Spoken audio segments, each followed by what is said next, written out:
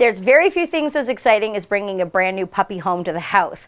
And often what happens is we walk in the door, we set the puppy down, and we realize that our puppies don't know anything, and suddenly things are going to be a lot harder than it seems.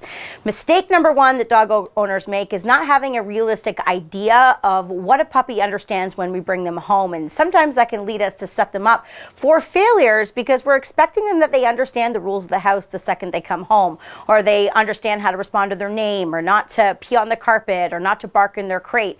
These are all normal puppy things that are going to happen, and the most important thing is that you have a game plan to make sure that when these things pop up, you know exactly what to do to work through them. It's really common when puppies first come home to be a little bit more cautious. They're still trying to figure out the lay of the land. They tend to follow us a bit more. They're really snuggly. And then as the dog starts to get a little bit more comfortable in the home, you start to see some of those normal puppy behaviors.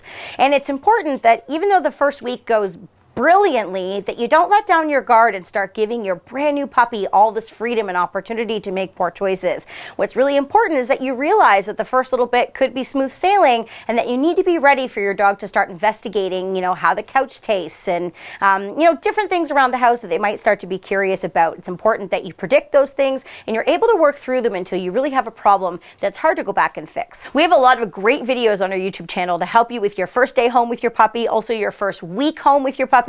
But really what it boils down to is having a great combination between good management skills and then also getting started with your basic training right away.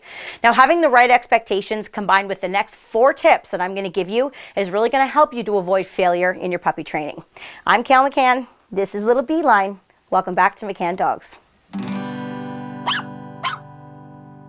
Having the right expectation goes hand in hand with leadership. And leadership is really important because it's going to be what helps you get through some of that unwanted behavior that you're going to get from your puppy, like barking when they're not supposed to, or maybe nipping and biting at you and your family members.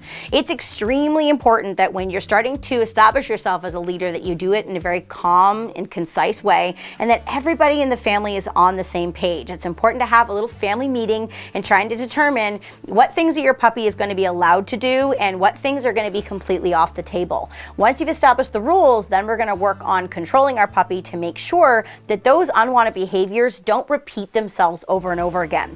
The absolute best way to have great leadership over your puppy is to set your puppy up for success and eliminate the repetition of your puppy making poor choices. One of the most common things that puppy owners complain to us about is the fact that their puppies don't listen to them. One thing you need to keep in mind when you're trying to teach your puppy to listen reliably to you is make sure you're training always using the 3 P's: prepare, proofing, and practice. Let's break an exercise down so you can learn a little bit more about them. Let's start with prepare, and we'll use something like teaching your puppy to respond to their name as an example. So prepare means that you're going to be prepared to ensure that your puppy is going to turn and respond to their name every time that you call it in the beginning stages of their training. And this is a common mistake that people often make, is they start to use their puppy's name in all kinds of different scenarios and they repeat it over and over without actually expecting or teaching the puppy to move towards them each and every time.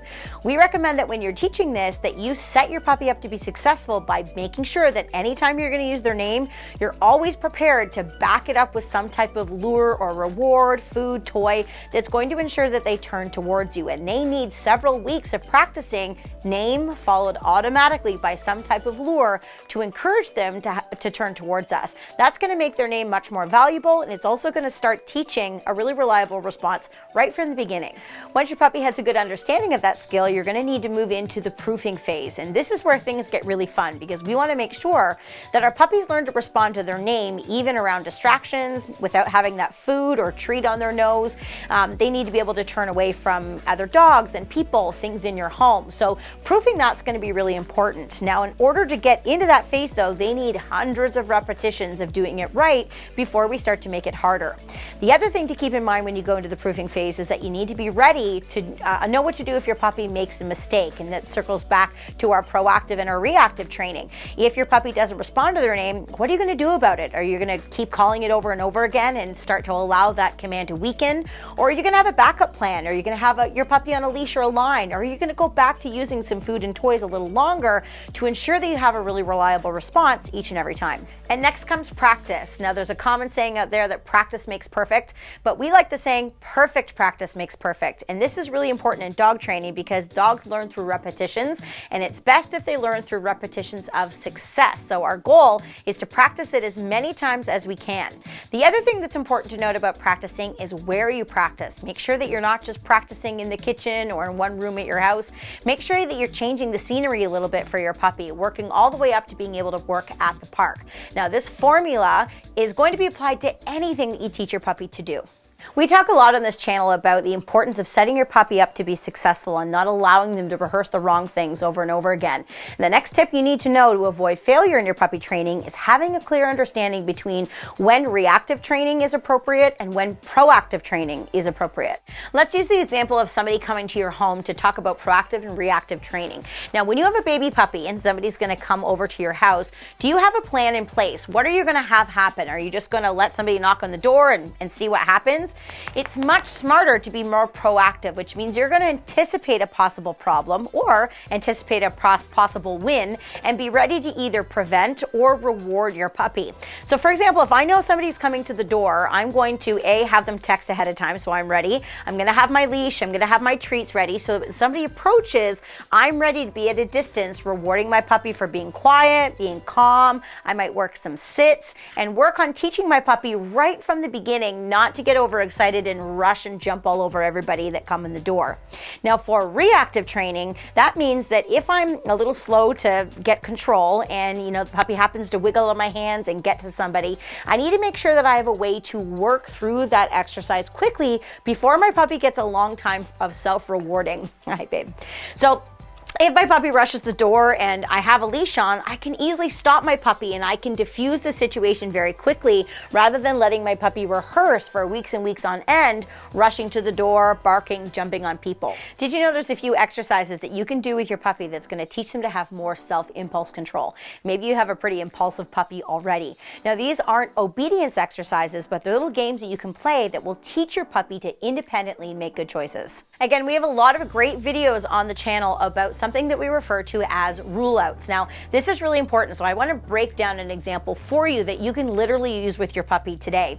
Something like, jumping at the door in order to go outside. This is something that little Beeline used to do when she was a puppy. She loves to go outside and play, and all that excitement would lead to bouncing and spinning and going bananas at the door. So what I would do is I would have her on leash and I would simply wait for the moment for her to take a break in her jumping and her spinning, and I would wait for her just to stand calmly. And when she would do that, I would say yes, and then I would open the door and let her go outside.